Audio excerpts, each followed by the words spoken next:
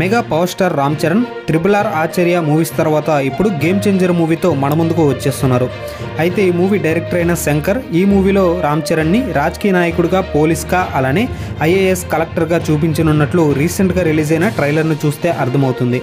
అయితే ఈ మూవీలో వీరితో పాటు శ్రీకాంత్, కియారా అద్వానీ, S.J. సూర్య, అంజలి వంటి స్టార్ యాక్టర్స్ కూడా యాక్ట్ చేస్తున్నారు.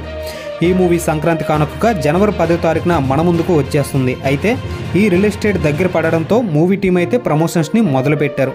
ప్రమోషన్స్లో భాగంగా బాలయ్య అన్స్టాపబుల్ షోకి రామ్ చరణ్ వెళ్తున్నట్టు రీసెంట్గా ఒక ఫోటోషూట్ అయితే జరిగింది. అది ప్రెజెంట్ సోషల్ మీడియాలో వైరల్గా మారుతుంది.